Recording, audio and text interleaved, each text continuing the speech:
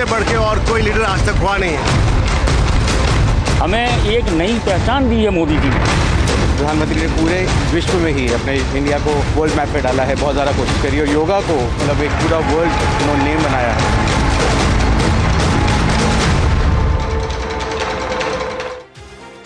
नमस्कार, आवाज अड्डा में आपका बहुत बहुत स्वागत है। प्रधानमंत्री नरेंद्र मोदी इस बार अमेरिका के ऐतिहासिक दौरे पर हैं। ऐतिहासिक इसलिए क्योंकि इस बार पीएम मोदी अमेरिका के स्टेट विजिट यानी राजकीय दौरे पर है। वो अमेरिकी राष्ट्रपति जो बाइडेन के न्योते पर 24 जून तक अमेरिका में राजकीय अतिथि बनकर रहेंगे। पीएम मोदी अमेरिका का राजकीय दौरा करने वाले दूसरे भारतीय प्रधानमंत्री हैं। इससे पहले 2009 में तत्कालीन प्रधानमंत्री मनमोहन सिंह अमेरिका के राजकीय दौरे पर गए थे। पीएम मोदी का इस बार का यूएस दौरा बेहद खास माना जा रहा है। उनकी अमेरिकी राष्ट्रपति जो बाइडेन के साथ द्विपक्षीय बातचीत होगी। इस विजिट पर भारत और अमेरिका के बीच कई अहम समझौते होने की उम्मीद है। इसमें डिफेंस और टेक्नोलॉजी के क्षेत्र में बड़ा करार होने की भी उम्मीद है। भारत यूएस का सबसे बड़ा ट्रेडिंग पार्टनर है। 2024 में भारत में लोकसभा के चुनाव और अमेरिका में राष्ट्रपति का चुनाव होगा। ऐसे में मोदी बाइडेन की इस मुलाकात को कैसे देखा जाए और इससे भारत को क्या हासिल होगा, आज आवाज अड्डा में इसी पर हम चर्चा करेंगे। आपके साथ मैं हूं विपिन भट्ट। तो चर्चा की शुरुआत की जाए, मैं आपको मेहमानों से मिलवाऊं, लेकिन उससे पहले प्रधानमंत्री नरेंद्र मोदी की स्टेट विजिट के दौरान भारत और अमेरिका के बीच जैसा कहा कई अहम समझौते होने वाले हैं और इनमें सबसे ज्यादा जोर होगा रक्षा समझौतों पर। प्रधानमंत्री का ये दौरा इसलिए भी अहम है और ये बताने के लिए हमारे साथ जुड़ गए हैं हमारे economic policy editor Laxman Roy. उनसे ये थोड़ी सी समझाइश लेते हैं और उसके बाद बातचीत की शुरुआत करेंगे। तो लक्ष्मण, काफी अहम माना जा रहा है प्रधानमंत्री का ये दौरा। कई समझौते हो सकते हैं, कई डील्स हो सकती हैं। व्यापार भी दोनों देशों के बीच काफी बेहतर है और पिछले कुछ समय में तो काफी अच्छा हुआ है। किस तरह की डील्स या एग्रीमेंट्स हम होते देखेंगे? पीएम मोदी का ये यूएस दौरा जियोपॉलिटिक्स के लिहाज से, दोनों देशों के बीच रिश्ते के लिहाज से काफी महत्वपूर्ण है, लेकिन कारोबार के लिहाज से भी ये दौरा काफी महत्वपूर्ण माना जा रहा है क्योंकि अमेरिका भारत का सबसे बड़ा ट्रेडिंग पार्टनर है। यानी दुनिया के बाकी देशों के साथ जो हम कारोबार करते हैं उसमें यूएस के साथ कारोबार सबसे ज्यादा होता है। 2023 के आंकड़े बता रहे हैं कि हमारा कारोबार, दोनों देशों के बीच कारोबार $129 बिलियन का है। इसमें सर्विस सेक्टर शामिल नहीं है। अगर एक्सपोर्ट इंपोर्ट की बात करें हम, तो अमेरिका को हम कुल एक्सपोर्ट 78.5 अरब डॉलर का करते हैं, इंपोर्ट सिर्फ 50 अरब डॉलर का करते हैं। यानी एक्सपोर्ट ज्यादा करते हैं, इंपोर्ट कम करते हैं। काफी बेहतर स्थिति मानी जाती है दोनों देशों के बीच कारोबार को लेकर के। यूएस को हम क्या भेजते हैं? जेम्स एंड ज्वेलरी भेजते हैं, फार्मा प्रोडक्ट भेजते हैं, कपड़े भेजते हैं। और इंपोर्ट क्या करते हैं? उसमें ऑयल इंपोर्ट करते हैं, साथ ही साथ एलएनजी इंपोर्ट करते हैं, गोल्ड इंपोर्ट होता है, ऑर्गेनिक केमिकल इंपोर्ट होता है। दोनों देशों के बीच इन सब ट्रेड के बाद सर्विस सेक्टर की बात करें तो सर्विस एक्सपोर्ट जो है भारत से यूएस को 29 अरब डॉलर का यानी 29 अरब डॉलर का होता है। इंपोर्ट सिर्फ 17 अरब डॉलर का होता है। यानी सर्विस एक्सपोर्ट में भी एक्सपोर्ट ज्यादा होता है, इंपोर्ट कम होता है। काफी बेहतर माना जाता है स्थिति।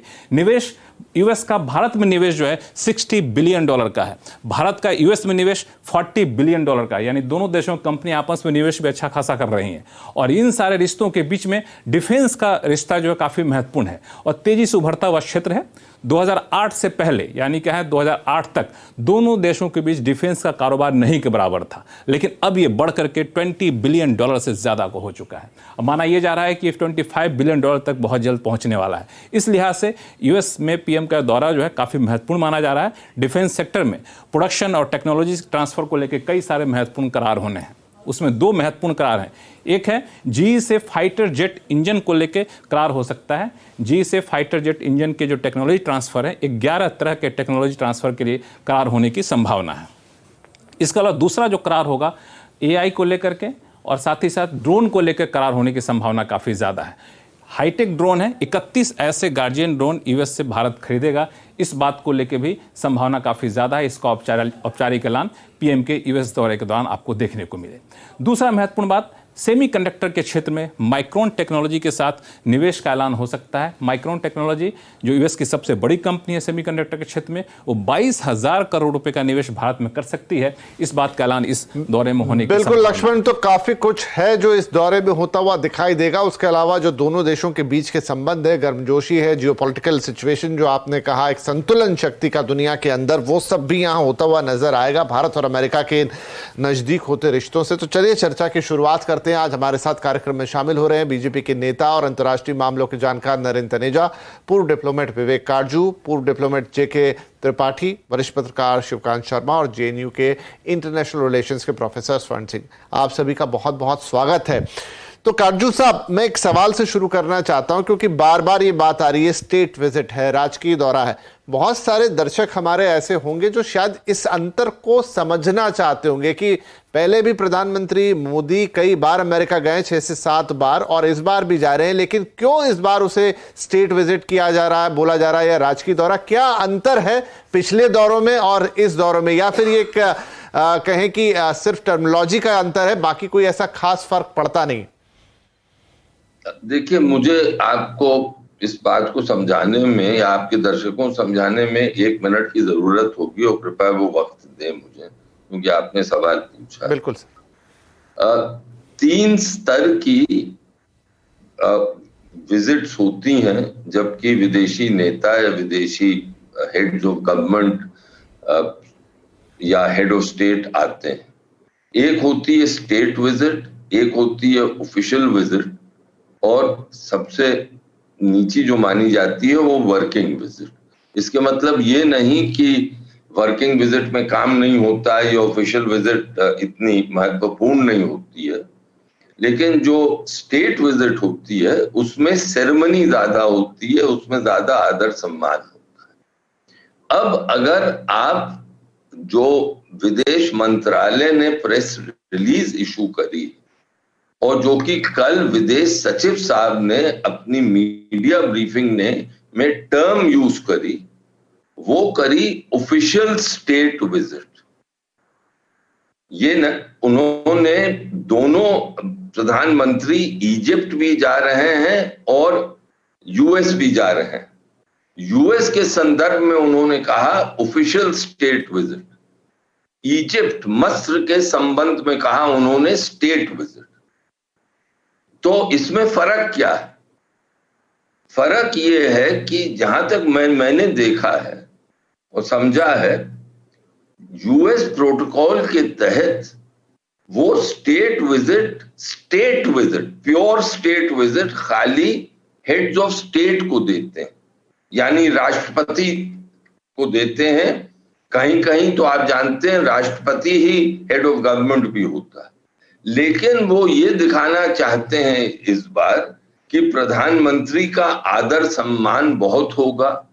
जो वो ऑफिशियल विजिट का प्रोटोकॉल है उससे वो ज्यादा बढ़ के देंगे। वो बहुत ही इस विजिट को एक बहुत इंपॉर्टेंस दे रहे हैं, इसलिए उन्होंने जो टर्म यूज किया है वो है ऑफिशियल स्टेट विजिट।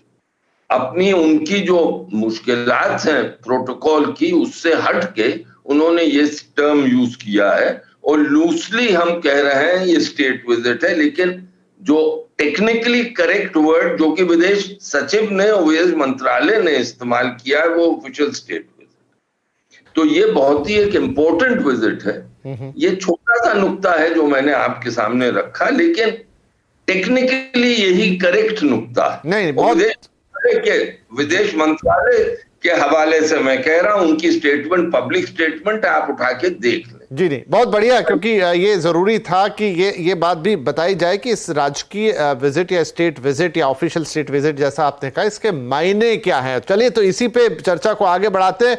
शिवकांत जी, जो जैसा काटजू साहब ने समझाया, मैं तो यहीं से पॉइंट उठा लेता हूं कि अगर अमेरिका स्टेट विजिट दे रहा, और जैसा उन्होंने कहा कि ये बताने के लिए कि बहुत स्वागत सत्कार होगा, बहुत महत्व दे रहे हैं हम इस दौरे को, तो इसके क्या मायने निकाले जाए? इसके मायने ये हैं कि इससे पहले जो भारत और अमेरिका के संबंध थे वो सामरिक दृष्टि से या दूसरी दृष्टियों से महत्वपूर्ण रहे, लेकिन उनमें एक खास अंतर है, वो आगे भी रहेगा अंतर, कि भारत अमेरिका का कोई संधि मित्र नहीं है। ऐसा मित्र नहीं है जो संधि से या किसी समझौते से बंधा हो। और दूसरा अंतर यह है कि भारत क्योंकि इतना बड़ा है और इतना महत्वपूर्ण देश है, इसलिए भारत आश्रित देश भी नहीं है, हो भी नहीं सकता। जैसे कि जापान आश्रित देश एक तरह से मान सकते हैं आप, क्लाइंट स्टेट जिसको कहते हैं। आमतौर पर जिस तरह की लेन देन, जिस तरह का क्रिटिकल और इमर्जिंग टेक्नोलॉजी का जो ट्रांसफर है या उसका उत्पादन है, वो जो संधि मित्र देशों के साथ अमेरिका करता आया है या आश्रित मित्र देशों के साथ अमेरिका करता आया है, वो दूसरे मित्र देशों के साथ अमेरिका नहीं करता। तो ये इस बार की यात्रा इस बात का संकेत है कि संधि मित्र न होते हुए भी और आश्रित मित्र न होते हुए भी एक मित्र की हैसियत से भारत को इतनी अहमियत इस वक्त अमेरिका देता है कि वो पुरानी सारी परंपराएं तोड़कर उससे आगे बढ़ने को तैयार है। तो ये उस मायने में एक तरह की जो है वो परिभाषित मतलब एक डिफाइनिंग यात्रा होगी जो भारत और अमेरिका की दोस्ती को नए सिरे से परिभाषित करेगी। ठीक है, काटजू साहब कुछ इंटरवीन करना चाह रहे थे जो मैं देख पाया। जी सर। देखिए, ये ऑफिशियल स्टेट विजिट जो उन्होंने अभी प्रधानमंत्री जी मोदी को स्टेटस दिया है विजिट का, वो पहले भी दे चुके हैं। मनमोहन सिंह जी के जमाने में भी उन्होंने ऑफिशियल स्टेट विजिट करा था। ये मैं आपको बस ये नुक्ता इसलिए बता रहा हूं क्योंकि अमेरिका अपने तौर से चलता है। वो जो जनरल इंटरनेशनल कन्वेंशन है उसको वो मानता नहीं है, वो अपने ही प्रोटोकॉल को मानता है जी। और दुनिया को एक किस्म से दिखाना चाहता है कि हम कर रहे हैं, लेकिन वो बहुत रिजिड है अपने प्रोटोकॉल के मामले में। तो ये पहली बार नहीं है, ये पहले भी वो कर चुके हैं। स्टेट विजिट की परिभाषा, पूर्ण स्टेट विजिट की परिभाषा उन्होंने खाली एक बार करी थी और वो थी राधाकृष्णन जब गए थे, क्योंकि वो प्रेसिडेंट थे भारत के। ये छोटा सा नुक्ता है, लेकिन मैं इसलिए आपको ये बता रहा हूं क्योंकि ये टेक्निकल मामला है। हम डिप्लोमैट्स, त्रिपाठी जी बैठे हैं, डिप्लोमैट्स इसको समझते हैं, लेकिन आदर सम्मान और जो महत्वपूर्ण एक बात है इस विजिट की, उसमें ऑफिशियल स्टेट का टर्म यूज करने से कोई कम नहीं होता जी। ये बहुत इंपॉर्टेंट चीज है। एक और चीज मैं कहना चाहता हूं, देखिए, मित्रता के आधार पर अंतर्राष्ट्रीय संबंध नहीं चलते, हितों के आधार पर चलते हैं, मेरा ये मानना है। और आज भारत के सामरिक हित और आर्थिक हित और अमेरिका के सामरिक हित और आर्थिक हित मिलते हैं। इसलिए ये बहुत ही एक महत्वपूर्ण समय है हमारे दोनों देशों के संबंधों का। जी ठीक है, चलिए, बढ़िया है। टेक्निकली भी इस चीज में अगर हम करेक्ट रहे तो अच्छी बात है। नरेंद्र तनेजा साहब, भले आप बीजेपी से ताल्लुक भी रखते हैं, लेकिन मेरा यह मानना है कि आप अंतर्राष्ट्रीय संबंधों के और ये व्यापार के खास तौर पे अपनी आपकी निजी जानकारी बहुत ज्यादा है, तो मैं उसी संदर्भ में आपसे सवाल पूछूं कि ठीक है, हम इसको ऑफिशियल स्टेट विजिट कहें और टेक्निकलिटी उसकी जैसे भी समझें, और जैसा अभी शिवकांत जी ने भी बताया कि एक महत्व तो भारत को अब यहाँ ज्यादा मिल रहा है। अब ये जो महत्व मिलने की बात है तो इसमें बहुत सारे फैक्टर्स हैं। इस समय का जो जियोपॉलिटिकल सिनेरियो है, एक तरफ चाइना है, दूसरी तरफ रशिया और यूक्रेन का जो कॉन्फ्लिक्ट है, क्या उन सब चीजों के चलते भी एक शक्ति संतुलन के तौर पर, नो डाउट ट्रेड पर अभी हम आएंगे, लेकिन उसलिए भारत की स्थिति पहले के मुकाबले अमेरिका के लिए अब ज्यादा ऐसी है जहां पर उसे भारत को वो सम्मान या वो हक या वो ओहदा देना होगा, और दूसरा फिर लीडरशिप तो है ही, जो उन्हें लग रहा है कि इस लीडरशिप के साथ अगर वो आगे बढ़ते हैं प्रधानमंत्री मोदी वाली, तो उनके लिए इस क्षेत्र में, इस भूभाग में स्थिति मजबूत होगी। देखिए, अभी आपने काटजू जी को सुना, उन्होंने एक बात बड़ी अहम कही कि राष्ट्रीय हित, भारत जो है हमारा राष्ट्रीय हित और अमेरिका के राष्ट्रीय हित, उन दोनों को अब ऐसा नजर आता है दोनों देशों को कि अगर मिलकर इन क्षेत्रों में काम किया जाए, सामरिक क्षेत्र है, इंडो पैसिफिक है, डिफेंस टेक्नोलॉजी है, तो वो दोनों के हित में है और उसके लिए सब कुछ हो रहा है। हकीकत यह है कि अमेरिका जो है, उनके पास जितना सबसे लंबा रेड कारपेट है, लाल कालीन है, उसको बिछा करके बैठा हुआ है, आंखें बिछा रहा है। अब उसको नाम कुछ भी दीजिए, किसी भी दीजिए, वो हमारे दो मित्र यहाँ बैठे हैं, दो को पैनलिस्ट हैं, डिप्लोमेट है, वो हमसे ज्यादा जानते हैं, लेकिन हकीकत यह है कि अमेरिका के पास जितना बड़ा रेड कारपेट है, वो उसको लेकर के मोदी जी के स्वागत के लिए बैठा है। और यही होता है, एक मैसेज कन्वे किया जा रहा है कि हम आपका सम्मान करते हैं, हमें अपने राष्ट्रीय हितों की खातिर, हमारा जो वर्ल्ड व्यू है उसमें आपकी बहुत अहमियत है, हम चाहते हैं कि और ज्यादा मिलकर के हम काम करें। श्रीकांत जी ने एक बात बड़ी अच्छी कही कि भाई ठीक है, कुछ लोग क्लाइंट स्टेट होते हैं वगैरह वगैरह। भारत तो हमेशा स्वतंत्र रहा है, और क्योंकि भारत का हर व्यक्ति जो है वो बहुत इंडिपेंडेंट माइंडेड होता है। हमारे धर्म के अंदर भी यही है कि भाई हम लोग बहुत इंडिपेंडेंट माइंडेड होते हैं, और वो ही हमारी फॉरेन पॉलिसी में रिफ्लेक्ट करता है। तो अमेरिका भी अब तक समझ चुका है कि भारत और अमेरिका मिल के काम करेंगे, क्योंकि हमारे राष्ट्रीय हित ये हमको कहते हैं कि भाई मिल के काम करें, वो ही अच्छा है। आज का जो एशिया है, आज का इंडो पैसिफिक है, आज की जो दुनिया है, जो पूरा चेस बोर्ड है जियो पॉलिटिक्स का, उसमें कुछ ऐसा नजर आता है अगर भारत अमेरिका मिलकर काम करेंगे, वो भारत के राष्ट्रीय हित में है, और अमेरिका भी ऐसे ही सोचता है। बहुत अच्छी बात है। अगर प्रधानमंत्री जी का आज वहां के वॉल स्ट्रीट जर्नल में जो इंटरव्यू छपा है, आप उसको गौर से देखें तो प्रधानमंत्री ने अपना एजेंडा बिल्कुल स्पष्ट कर दिया। पहली बात तो उन्होंने वो इंटरव्यू वॉल स्ट्रीट जर्नल को दिया, जो अमेरिका का सबसे बड़ा बिजनेस न्यूज़पेपर है। फ्रंट पेज पे ये इंटरव्यू छपा हुआ है, तो ये एक मैसेज कन्वे हो गया कि फोकस बिजनेस पे है। लेकिन साथ में उन्होंने इंटरव्यू में ये क्या कहा, उन्होंने ये स्पष्ट कराया कि दुनिया बदल रही है और सब कुछ बदल रहा है। उसके हिसाब से जितनी अहमियत आपको भारत को देनी चाहिए, या जितनी भी मल्टीलैटरल या इंटरनेशनल ऑर्गेनाइजेशन है जिसमें यूएन भी शामिल है, वो आप नहीं दे रहे हैं। उन्होंने अफ्रीका का भी चर्चा की कि भारत किस तरह ग्लोबल साउथ की आवाज बना है, और कुल मिलाकर के प्रधानमंत्री आज ग्लोबल साउथ की आवाज है। तो जब वो प्रधानमंत्री का स्वागत कर रहे हैं, वो खाली प्रधानमंत्री भारत का नहीं कर रहे हैं, पूरे ग्लोबल साउथ क्या चाहता है, एस्पिरेशंस क्या है, उसका भी स्वागत हो रहा है, उसकी भी बातचीत हो रही है। इस इंटरव्यू में उन्होंने बिल्कुल क्लियर किया, और हमको गौर करना होगा। यूनाइटेड नेशन सिक्योरिटी काउंसिल में आप देखिए 5 परमानेंट मेंबर हैं जिनके पास वीटो पावर है, और उनमें से 3 यूरोप के अंदर बैठे हुए हैं। ब्रिटेन यूरोप में बैठा, फ्रांस यूरोप में बैठा, रशिया में यूरोप बैठा, तीनों पे वीटो पावर। सिक्योरिटी काउंसिल में बैठे हैं, पूरी दुनिया की सुरक्षा की जिम्मेदारी है। यूक्रेन में क्या हो रहा है पूरी दुनिया देख रही है, पूरी दुनिया उसका। ये 3 मेंबर यूरोप के बैठे हुए हैं और कुछ नहीं कर पा रहे, और तीनों की अर्थव्यवस्था भारत से छोटी है। रूस की तो बहुत छोटी है, फ्रांस की भी भारत से छोटी है। ये सब सिक्योरिटी काउंसिल में वीटो पावर लेके बैठे हैं, और भारत जो दुनिया की सबसे बड़ा आबादी के हिसाब से है और फास्टेस्ट इमर्जिंग इकोनॉमी है, उसकी कहीं कोई वो नहीं है। प्रधानमंत्री ने इशारा में ये कहा कि ये एजेंडा पे होगा, ये इंटरव्यू में कहा है उन्होंने। तो दूसरी तरफ उसी अखबार के अंदर एक पॉकेट में न्यूज छपी हुई है, क्योंकि वॉल स्ट्रीट जर्नल दुनिया का सबसे बड़ा अंग्रेजी का बिजनेस न्यूज़पेपर है, जिसमें यह कि भारत ने $50 बिलियन का इंडिगो ने एयरक्राफ्ट का ऑर्डर किया। वो भी फ्रंट पेज पे है, इधर इंटरव्यू है, इधर ये खबर है। ये सब कुछ दिखाता है कि आज भारत कहां है। हमें अमेरिका का प्रमाण पत्र नहीं चाहिए, किसी का नहीं चाहिए। आज पीपीपी पे, परचेजिंग पावर पैरिटी पे हम $12.5 ट्रिलियन की इकोनॉमी है। कुछ लोग डिस्प्यूट कर सकते हैं, कहनी साहब 8.5 ट्रिलियन है, चलिए वो उनका अपना नजरिया है, लेकिन आज भारत का ये है। और पूरे जितने भी मैकेंजी से लेकर के पीडब्ल्यूसी सब कहते हैं आने वाले 30 साल के अंदर भारत और अमेरिका की अर्थव्यवस्था बराबर की होगी, मतलब जो उनकी अर्थव्यवस्था का आकार होगा वो हमारा होगा। लेकिन और दूसरी तरफ इंडो पैसिफिक के अंदर हकीकत यह है कि आज चाइना जितनी बड़ी समस्या सरदर्द वो उनके लिए बना हुआ है, अमेरिका के लिए, उससे भी ज्यादा सरदर्द हमारे लिए बना हुआ है।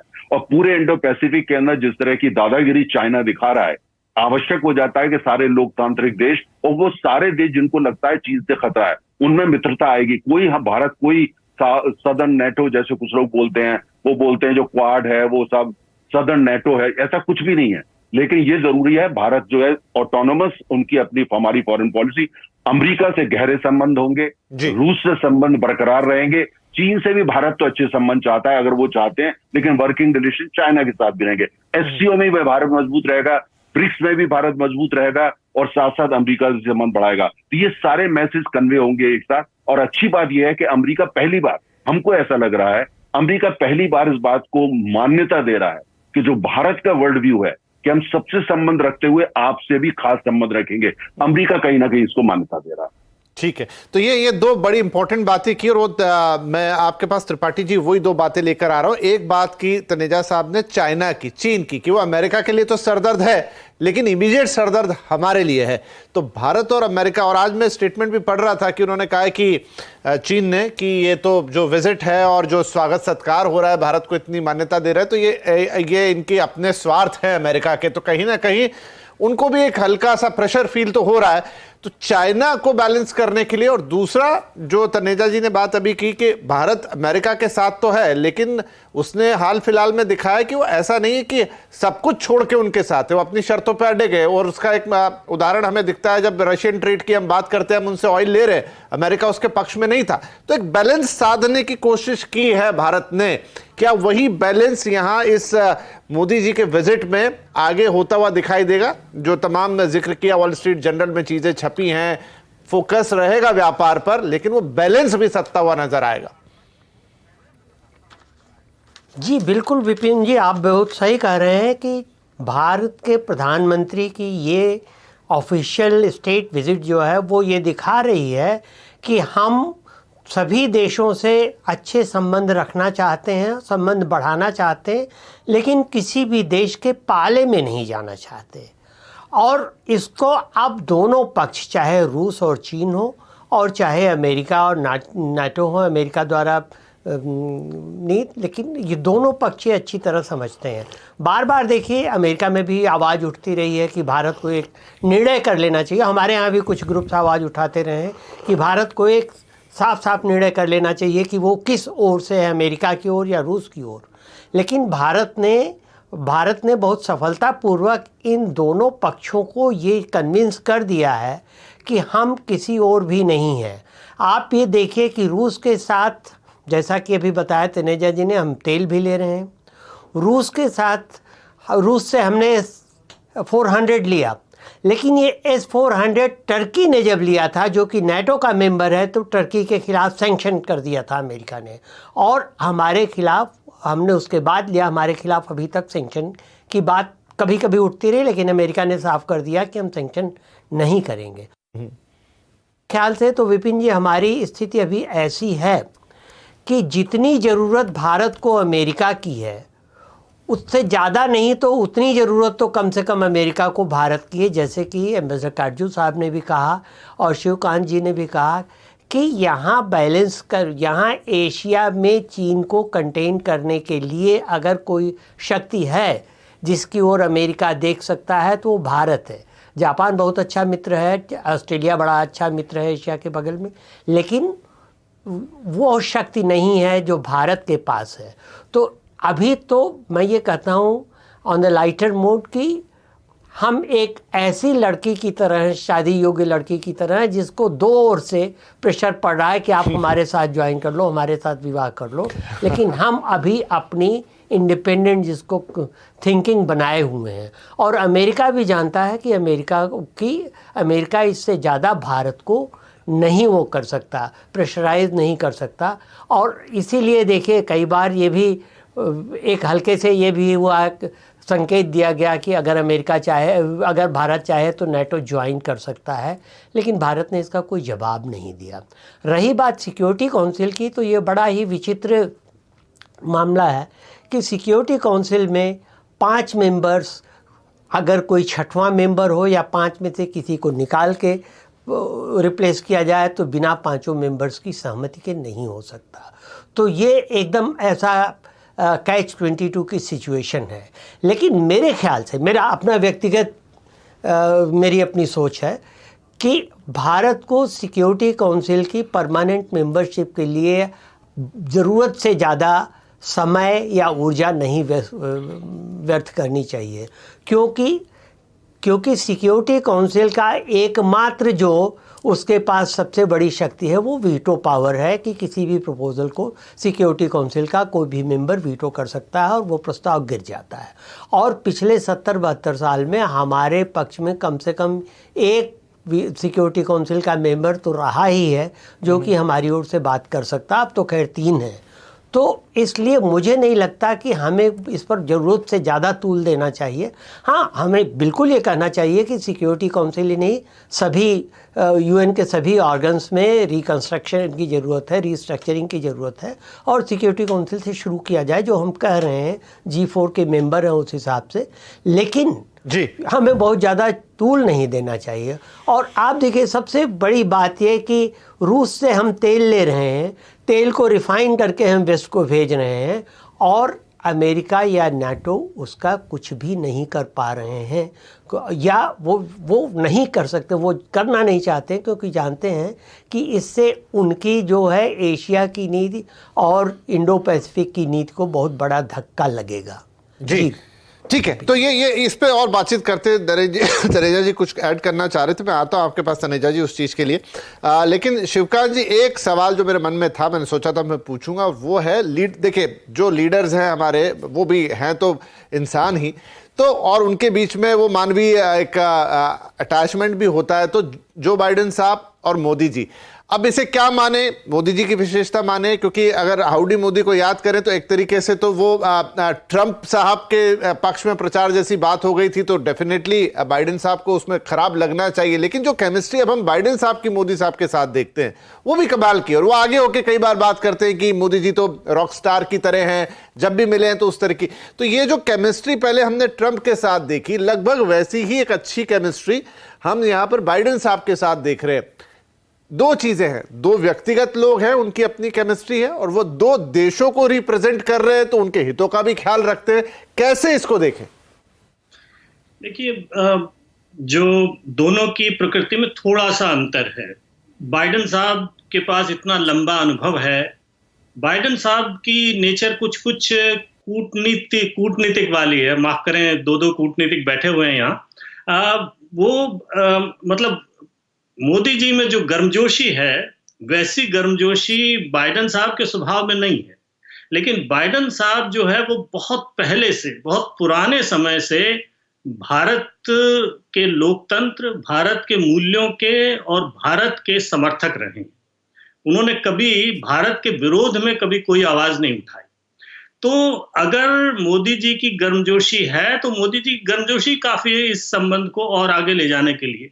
और मैं त्रिपाठी जी ने जो रूपक बांधा था उसको आगे बढ़ाते हुए अगर उसमें जोड़ूं कि ठीक है, भारत इस वक्त स्वयंवर की राजकुमारी है, हर खेमे को, हर बड़े देश को भारत की जरूरत है। लेकिन इसकी वजह ये नहीं है कि जैसे अमेरिका और भारत की बात करें तो अमेरिका का कोई हृदय परिवर्तन हो गया हो और बड़ा भारी प्रेम जाग गया हो।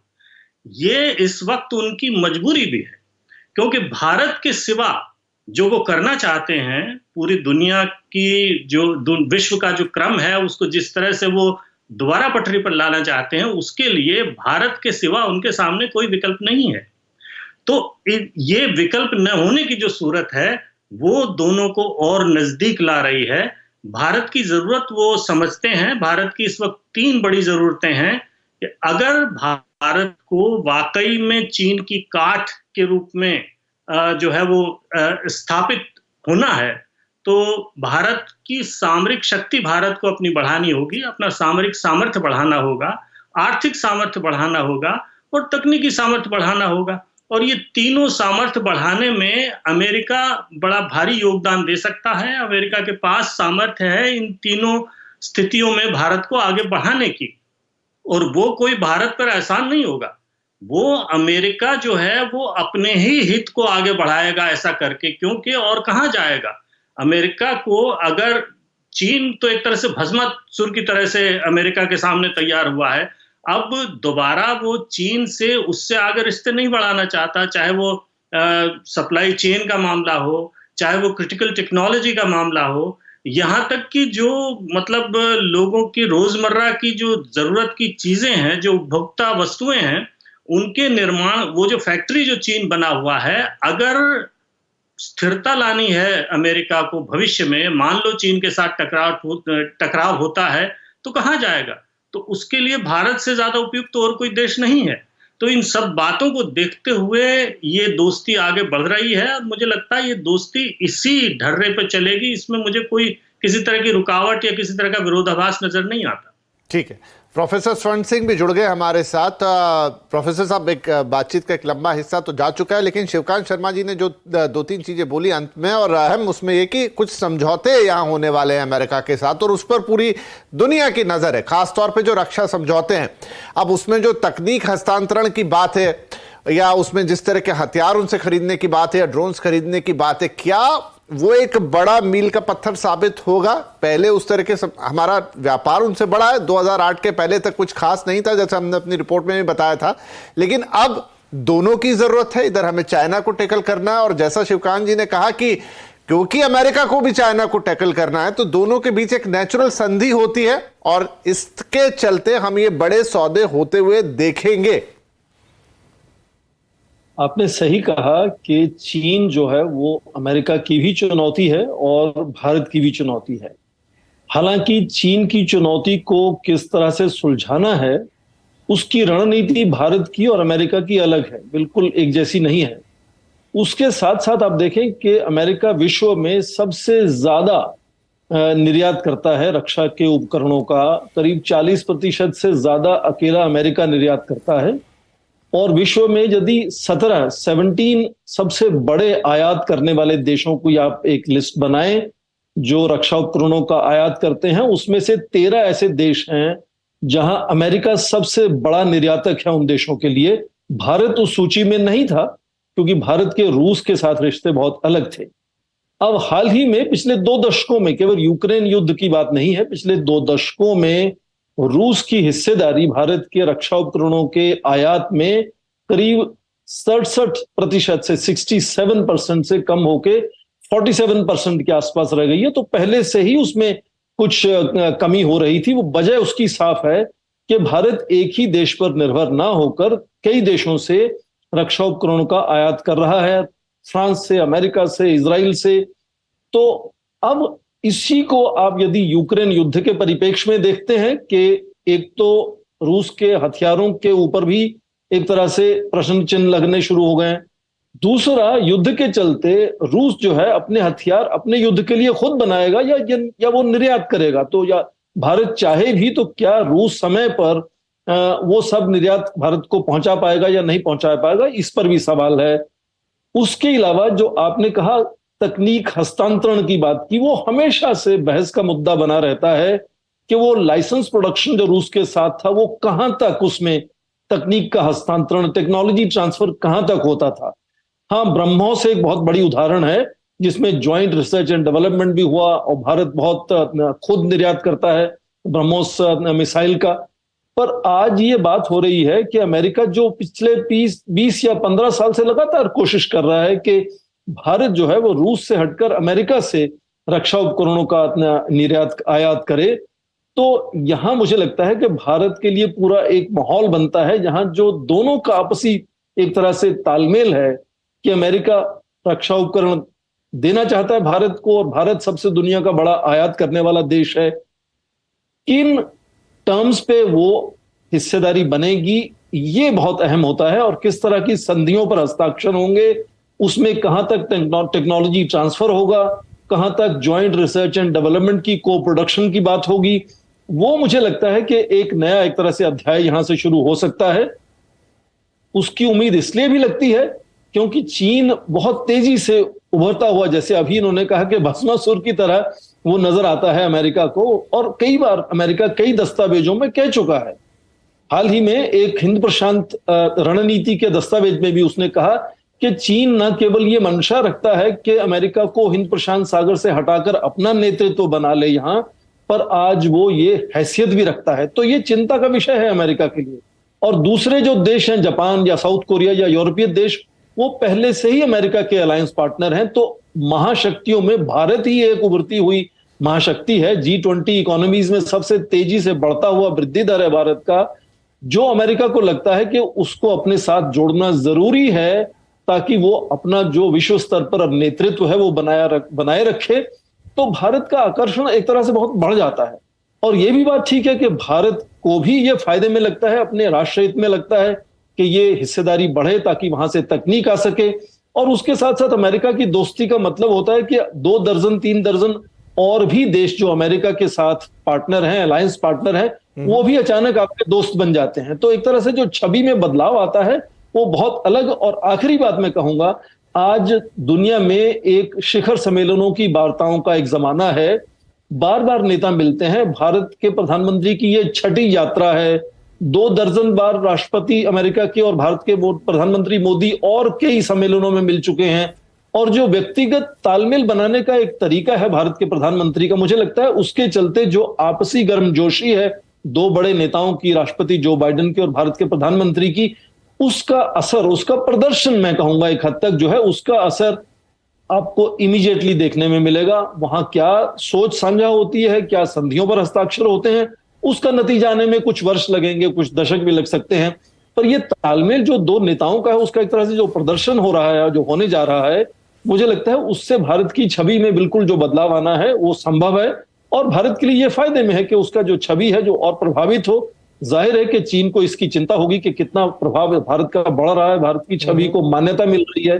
तो इसमें मुझे लगता है कि ये एक तरह से बड़ा अवसर है अमेरिका के लिए भी और भारत के लिए कि न केवल वो सुदृढ़ दोस्ती और हिस्सेदारी बनाए, पर उसका एक तरह से विश्व स्तर पर प्रदर्शन भी करे कि ये दो देश आपस में बहुत अच्छे से तालमेल बना रहे हैं। जी, तो सारी परिस्थितियां भी इस समय दुनिया की ऐसी लग रही है कि जिन समझौतों की हम उम्मीद कर रहे हैं, जिन डील्स की, बायलैटरल डील्स की हम उम्मीद कर रहे हैं, शायद उसमें से बहुत कुछ होते हुए नजर आएगी। वो अपने एक्सपर्ट से हम पूछेंगे। और साथ में जो शुरू में हमने जिक्र किया कि अमेरिका और भारत दोनों में चुनाव होने वाले हैं, दोनों ही नेताओं के दिमाग में वो भी चीज़ें होंगी। और अगर अमेरिका की बात करें तो एक बहुत बड़ा इंडो अमेरिकन वहाँ पर फोर्स कह लीजिए उसको, जो बड़ी एक समुदाय है जिसका बड़ा अहम रोल होता है वहाँ के चुनाव में, वो भी बाइडेन साहब के दिमाग में होगा कि उसको भी साधना है इस यात्रा से। तो ये दो तीन महत्वपूर्ण बातें होंगी। एक छोटा ब्रेक ले रहे हैं, ब्रेक के बाद इस चर्चा को आगे बढ़ाएंगे।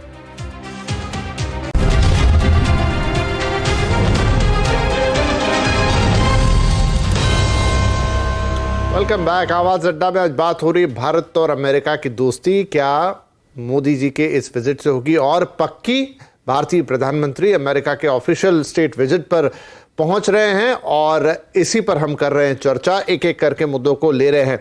तो कुछ अहम मुद्दे कारोबार से जुड़े हुए और होंगे अभी, और साथ में एक डिप्लोमेटिक अप्रोच जो रहती। काटजू साहब, जो मैंने जिक्र किया ब्रेक से पहले कि दोनों ही देशों में आगे चल के चुनाव है, क्या दोनों ही लीडर्स के दिमाग में वो बातें होंगी और खासतौर पर अमेरिका के दिमाग में, क्योंकि जो वहां पर इंडियन कम्युनिटी है वो चुनाव में कितना बड़ा रोल प्ले करती हो हमने पिछले चुनाव में देखा। उस लिहाज से भी भारत के साथ, मोदी जी के साथ अमेरिका का जो व्यवहार है, जो संबंध है, जो दोस्ती है, वो एक बड़ा रोल प्ले करेगी।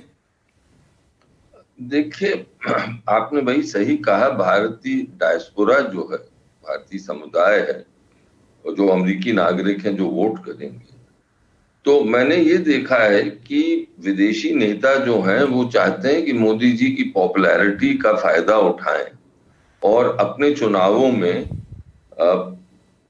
उसमें भारतीय समुदाय को उस पॉपुलैरिटी, मोदी जी की पॉपुलैरिटी के जरिए अपनी तरफ करें। ये एक नया डिप्लोमेटिकली एक नया सिलसिला सा शुरू हुआ है। आप कई देशों में देख सकते हैं, कनाडा में था स्टीफन हॉकर साहब के साथ, ट्रंप के साथ, अभी ऑस्ट्रेलिया में उसका उदाहरण देखा गया। लेकिन अगर आप इजाजत दें तो मैं एक टिप्पणी करना चाहता हूं जो पहले चर्चा हो रही थी। मुझे पूरा विश्वास है कि अमेरिका अब अपनी इंडस्ट्री को इनकरेज करेगा कि भारत में वो ज्यादा इन्वेस्टमेंट करे और टेक्नोलॉजी ट्रांसफर भी हो। हाँ, ये भी हमें मान के चलना चाहिए कि कोई भी देश, चाहे वो अमेरिका हो या कोई देश हो, चाहे हम ही हो, वो बिल्कुल जो कटिंग एज टेक्नोलॉजी है उसका ट्रांसफर नहीं करता। ये उम्मीद करनी कि जो बिल्कुल यानी द लेटेस्ट टेक्नोलॉजी वो हमें मिलेगी, उसमें मुझे अभी थोड़ा सा प्रश्न चिन्ह है। हाँ, बहुत अच्छी टेक्नोलॉजी मिलेगी, लेकिन अब एक बहुत ही इंपॉर्टेंट चीज है, और तनेजा जी इसके बारे में मुझसे ज्यादा जानते हैं, और मैं चाहता हूं कि वो टिप्पणी करें। देखिए, चीन का सक्सेस किस में रहा? मुझे हमेशा ये ख्याल रहता है कि प्रतिद्वंदी जो है उसका सक्सेस कैसे हुआ, उसका अध्ययन हमें करना चाहिए, हकीकत से दूर नहीं हटना चाहिए। उसका सक्सेस इस बात पे हुआ कि उसने टेक्नोलॉजी जिस तरह से भी ली, बाहर से ली, लोग कहते हैं एस्पनाज के, स्पाइंग के जरिए रही, चोरी करी, खरीदी, जो भी करी, लेकिन उसको अब्जॉर्ब करके अब कई क्षेत्रों में अपने आप उस टेक्नोलॉजी की उपज वो कर रहा। ये मैं पढ़ रहा था कि क्वांटम कंप्यूटिंग लीजिए, जो कि फ्यूचर है, उसमें अमेरिका को भय है कि चीन आगे बढ़ गया। तो मेरे सामने जो प्रश्न है, और उसमें मैं चाहता हूं कि तनेजा जी बीजेपी के नेता की हैसियत से नहीं, एक एनालिस्ट की हैसियत, ये देखना है हमें कि क्या हमारे वहां हमारी साइंटिफिक जो इंस्टीट्यूशंस हैं, हमारी जो कंपनियां हैं, उनमें ये क्षमता है कि वो टेक्नोलॉजी अब्सॉर्ब करके फिर उसमें उपज करें और आगे बढ़ाएं, कि हम ऑथेंटिक प्रोड्यूसर्स ऑफ टेक्नोलॉजी हो, कि हम औरों पर निर्भर नहीं हो। क्या हम साइंस, प्योर साइंस और टेक्नोलॉजी के क्षेत्र में प्राइवेट सेक्टर और पब्लिक सेक्टर में वो इन्वेस्टमेंट्स कर रहे हैं जिसकी जिसकी आवश्यकता है कि हम इस स्तर पे पहुंच सके कि फ्रंटियर टेक्नोलॉजीज के क्षेत्र में जिस तरह चाइना अब एक साइंटिफिक पावर बन गया है। मेरे एक सहयोगी हैं, पुराने सहयोगी हैं, विजय गोखले, जो विदेश सचिव रह चुके हैं और चाइना एक्सपर्ट हैं। उन्होंने एक लेख में लिखा था कि China is today a science power. क्या हम वो साइंस पावर बन सकेंगे? और उसको मेरा ये मानना है कि अगर चीन से हमें मुकाबला करना है, और वो करना ही है, हमारे लिए वो आवश्यक है, क्योंकि जब तक हम वो मुकाबला नहीं करेंगे, ये पाकिस्तान कुछ नहीं है हमारे सामने, चीन है। तो जब तक हम वो मुकाबला नहीं कर सकेंगे साइंस और टेक्नोलॉजी के क्षेत्र में, तब तक हम थोड़ा पीछे ही रहें, औरों पर निर्भर रहें, और उससे हमें हटना जी। तो क्या हम मोदी सरकार पूर्ण प्रयत्न कर रही है इस क्षेत्र में, लेकिन मुझे लगता है कि हमारे पब्लिक सेक्टर, प्राइवेट सेक्टर, सरकार को इस पर अब बहुत ज्यादा तवज्जो देनी है, इन्वेस्टमेंट्स बहुत करने हैं कि ट्रांसफर के बाद उपज खुद यहां हो। जी बिल्कुल तनेजा साहब, क्योंकि स्वाभाविक रूप से 2 बार सर ने आपका नाम लिया तो आप पे सवाल भी आता है, और साथ में यही कि एक वाजिब सवाल भी है जो उठा रहे हैं कि ठीक है, हम टेक्नोलॉजी ट्रांसफ़र तो ले रहे हैं और उसी से आगे भी बढ़ेंगे, लेकिन वो इस लेवल पे हो जहां पर हम उसे प्रोपोगेट करके और आगे ले जाए। हालांकि ऐसे उदाहरण रहे, थोड़ी देर पहले स्वर्ण सिंह साहब ने भी कहा कि ब्रह्मोस वाली चीज़ों में हमने किया और फिर अब तो हम उसको इंपोर्ट कर रहे हैं। तो वही कुछ स्थिति क्या अमेरिकन टेक्नोलॉजीज और इंडिया के कोरिलेशन में बनेगी, जहां आगे चलते हुए हम उस बेस पर अपने आप को बहुत आगे बढ़ाएंगे, फिर वो चाहे पाकिस्तान से मुकाबला करना हो, चाहे चीन से करना हो? नहीं, देखिए काटजू साहब ने जो प्रश्न उठाया है, जो मुद्दा उठाया है, बहुत अहम है। दरअसल वो सारी चीज की कहानी को अगर आप देखते हैं, समझते हैं, तो उसके बिल्कुल कोर में है। हमको हमारे साथ क्या है कि अगर अमेरिका या कोई भी पश्चिम का देश हमारे नेताओं की, हमारे कुछ नौकरशाहों की, हमारे कुछ सलाहकारों की बहुत ज्यादा तारीफ करता है और उसको लेकर के हम फ्रंट पेज पे बिछ जाते हैं, हमको परहेज करना चाहिए, समझना चाहिए कि कोई भी देश भारत को अपना ही मित्र भारत समझे। हमने राष्ट्रहित को देखना है। अगर कुछ कहा जाता है, अच्छी बात है, बहुत अच्छा, स्वागत है, धन्यवाद दें, लेकिन उसको गंभीरता से नहीं लेना है। हमको ये देखना है इसके पीछे भी क्या कूटनीति है, क्योंकि हम भारतीयों को पूरा दुनिया समझ चुकी है, हम लोगों को अपनी तारीफ बड़ी अच्छी लगती है। हमारी तारीफ अगर जरूरत से ज्यादा हो जाए तो हम लोगों को बड़ा अच्छा लगता है। हमको इससे परहेज करना और बचना पड़ेगा। ये एक बहुत बड़ा फंदा होता है, फंदे से बचना पड़ेगा। दूसरी बात, बहुत क्विकली, त्रिपाठी जी ने यूएन की बात करी थी, मैं इसमें क्विकली ये कहूंगा, वो सब हाई टेबल उसको माना जाता है। हमें उस हाई टेबल पर पहले बैठ जाना चाहिए और उसके बाद सुधार करने चाहिए। उसके बाद ये कहना चाहिए इसकी कोई अहमियत नहीं है, जिससे वो जरूरी है कि हम वो हाई टेबल है, पूरी दुनिया उसको मानती है और हमारा हक बनता है, क्योंकि हमारी अर्थव्यवस्था बड़ी है, हमारी आबादी बड़ी है, हमारा भूगोल बड़ा है और हमको वहां होना चाहिए। फ्रांस, ब्रिटेन सब बैठे हैं, हमको वहां होना चाहिए। उसके बाद हम बहस करेंगे कि इसकी अहमियत क्या है। सबसे अब जो काजू साहब ने बात कही, देखिए अगर आप ये देखिए, अभी पिछले दिनों खबरें आई कि जो ब्रिक्स है, ब्रिक्स की जो इकोनॉमी है, उसका साइज अब G7 इकोनॉमी से बड़ा हो गया है। अर्थात चाइना, रशिया, भारत और जो ब्रिक्स के देश हैं और अन्य देश भी अब आने वाले हैं उसके अंदर, तो वो G7 से बड़ी शक्ति बन रही है। और उसका पश्चिम की मीडिया में, पश्चिम के तमाम थिंक टैंक के अंदर उसका कुछ हद तक मजाक उड़ाया गया, उसको गंभीरता से नहीं लिया गया। कहते हैं क्या बात करते हैं आप, ये तो हो ही नहीं सकता। उनको कहा गया ये PPP पे है, ये इस पे है, उस पे। लेकिन प्रश्न ये उठता है, दूसरी तरफ आप कल्पना करके देखिए कि अगर चाइना ठीक है, चाइना हमारा एक प्रतिद्वंदी बना हुआ है, उसमें चाइना की गलती, हम तो मित्रता चाहते हैं, लेकिन हमको साथ में ये भी देखना पड़ेगा हमारे हित में क्या है। हम किसी और की लड़ाई चीन के साथ ना लड़ाई, ये हमको ध्यान में रखना पड़ेगा। हमको चीन से अपनी लड़ाई लड़नी है, जो कंटेनमेंट, बड़ा कंटेनमेंट, हमको उससे बचना चाहिए। हमको चाइना हमारे लिए समस्या खड़ी कर रहा है हिमालय में, हमको चीन को समझाना है या तो इसको बंद करिए वरना हमें मुकाबला करना पड़ेगा। तो हमारा जो रिस्पॉन्स है, चाइना की जो पावर, चाइना की जो भी शक्ति है, हमारा वो अपने राष्ट्र हित में है। कोई दुनिया की लड़ाई हम चीन से लड़ाए, ये ठीक नहीं होगा, हमारे हित में नहीं होगा।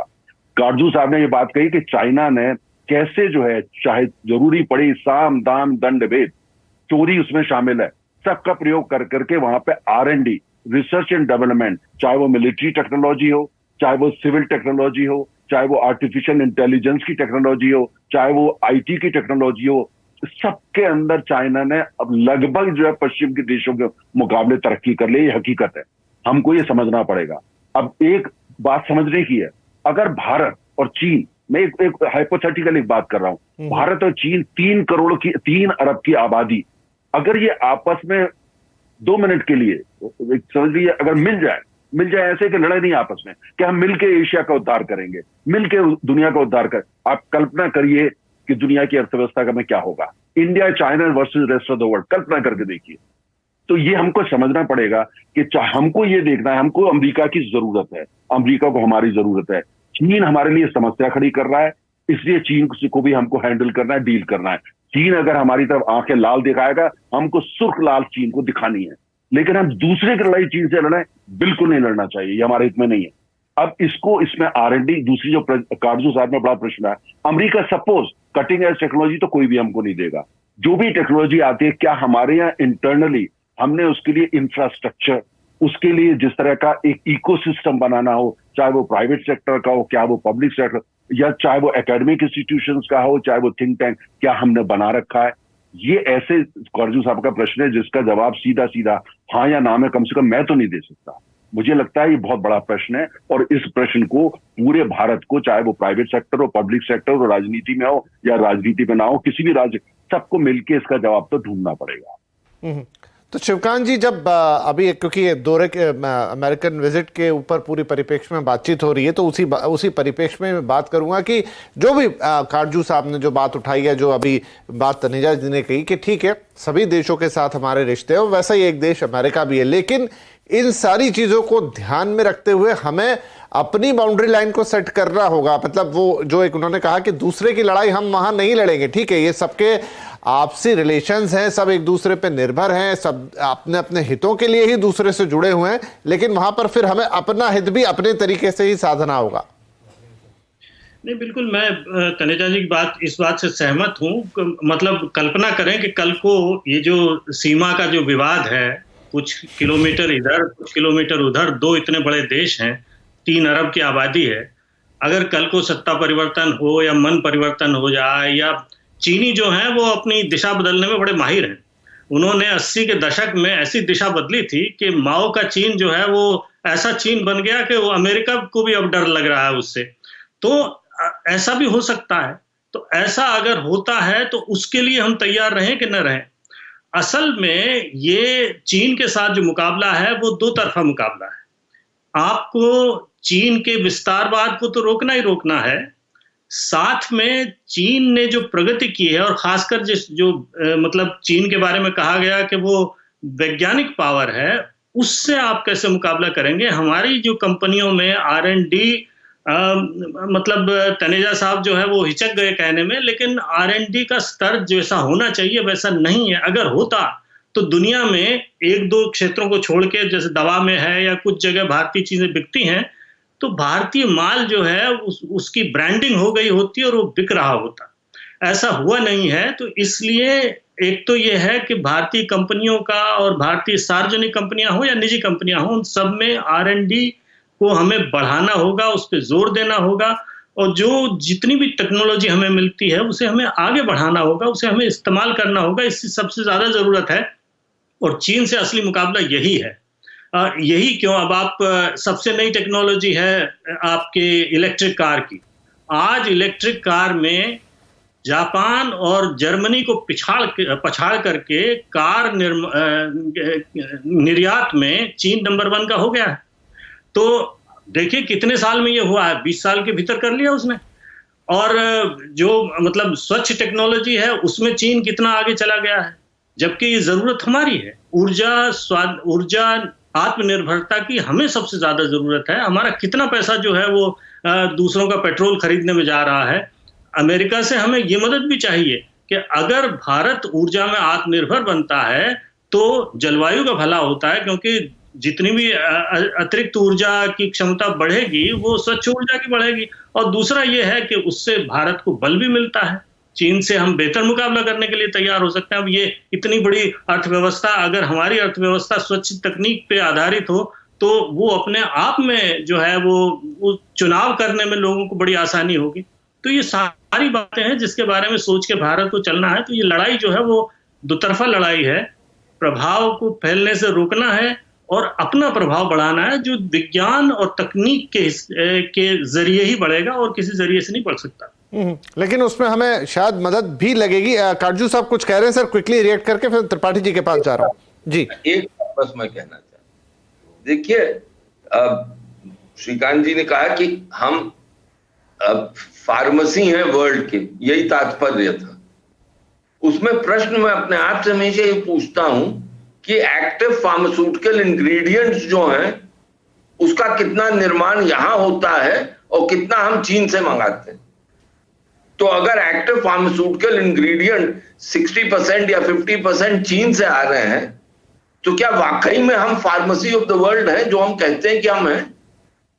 माफ कीजिएगा, मैं बहुत कठोर प्रश्न पूछ रहा हूं और मुझे बहुत खुशी है आज की तनेजा जी ने बिल्कुल एक एनालिस्ट की तरह बात की है आज, और बहुत साफ साफ बात की है। मैं उनकी तारीफ करना चाहता हूं, क्योंकि मुझे लगता है कि ऐसे ही डिबेट और डिस्कशन से देश में प्रगति होती है।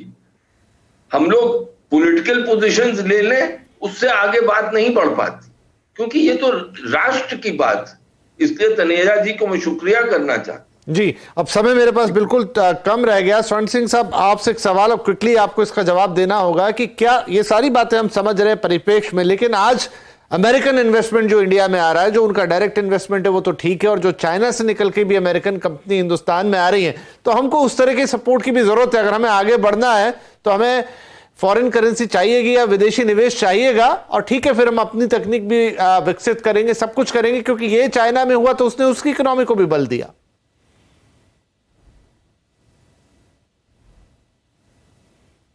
स्वर्ण सिंह जी, आपसे सवाल था। अच्छा ठीक है, तो पहली बात तो ये कि आप देखें कि चीन को यहां वो आज पहुंचा है, वहां पहुंचने में 40 वर्ष लगे हैं, और उन 40 वर्षों में अमेरिका और दूसरे पश्चिमी देशों ने ही एक तरह से परोक्ष रूप से उसकी सहायता की है, क्योंकि सभी ने वहां निवेश किया ताकि प्रोडक्शन चीन में हो, केवल जो डिजाइनिंग हो, नई रिसर्च एंड डेवलपमेंट हो वो पश्चिमी देशों में हो, पर उत्पादन उसका चीन में हो। तो चीन इसलिए फैक्ट्री ऑफ द वर्ल्ड बन गया। जब तक वो फैक्ट्री ऑफ द वर्ल्ड था तब तक पश्चिमी देशों को कोई चिंता नहीं थी, पर जैसा अभी कहा गया कि चाहे वो सर्वेलेंस के तरीके से हो या जिसको हम रिवर्स इंजीनियरिंग कहते हैं उसके तरीके से हो, चीन ने जब अपनी तरफ से ब्रांड बनाना शुरू किया और उनको पश्चिमी देशों के मुकाबले में खड़ा कर दिया, तब पश्चिमी देशों को चीन से चिंता होनी शुरू होती है आर्थिक नजरिए से। और क्योंकि इतनी बड़ी इकोनॉमी बनने से उसका जो है वो रक्षा बजट भी बढ़ जाता है, और रक्षा में जो मॉडर्नाइजेशन होती है मिलिट्री की वो भी शुरू हो जाती है, और चीन का पूरा प्रभाव बढ़ना शुरू हो जाता है। पर चीन का प्रभाव आप देखें पश्चिमी देशों में जिस तरह से नेवल बेसिस या मिलिट्री अलायंस बनाए जाते थे 19वीं और 20वीं शताब्दी में, वैसे नहीं बढ़ा है। चीन ने व्यापार और निवेश से अपना प्रभाव बढ़ाया है, और ये आज चिंता का विषय है अमेरिका को, क्योंकि अमेरिका को लगता है कि बहुत से देशों का रुझान। मुझे आपको क्योंकि बीच में रोकना होगा स्वर्ण सिंह साहब, क्योंकि समय मेरा लगभग समाप्त हो गया, लेकिन ये बात सही है, क्योंकि अब बात तो कर रहे हैं प्रधानमंत्री मोदी की अमेरिका दौरे की, लेकिन उस दौरान पूरी पेरिफेरी में बात की आज हमने, और उनके मायने भी हैं अपने। बहरहाल ये इंपॉर्टेंट होगा देखना कि इस दौरे के दौरान जितने ट्रेड डील्स होने हैं या जितने डिफेंस डील्स होने हैं उसमें से कितना हमें मिलता है, और फाइनली फिर उसका कितना टर्न अराउंड होता है, और भारत डेफिनेटली उसको चीन से मुकाबला करना है और पूरी दुनिया में जो एक बैलेंस है उसमें हमारी भी बहुत बड़ी जगह है और उसमें अपनी जगह को अपनी तरह से ही मैनेज करना है। दोस्ती सबसे होती रहेगी यहाँ पर, लेकिन फिलहाल इस दौरे पर नजर रहेगी कि कितना हम दोनों के आपसी संबंधों पर या दोनों की पारस्परिक जो निर्भरता है उसके हिसाब से हमारे हिस्से में कितना आता है। बहुत शुक्रिया आप सभी मेहमानों का इस कार्यक्रम में शामिल होने के लिए। नमस्कार।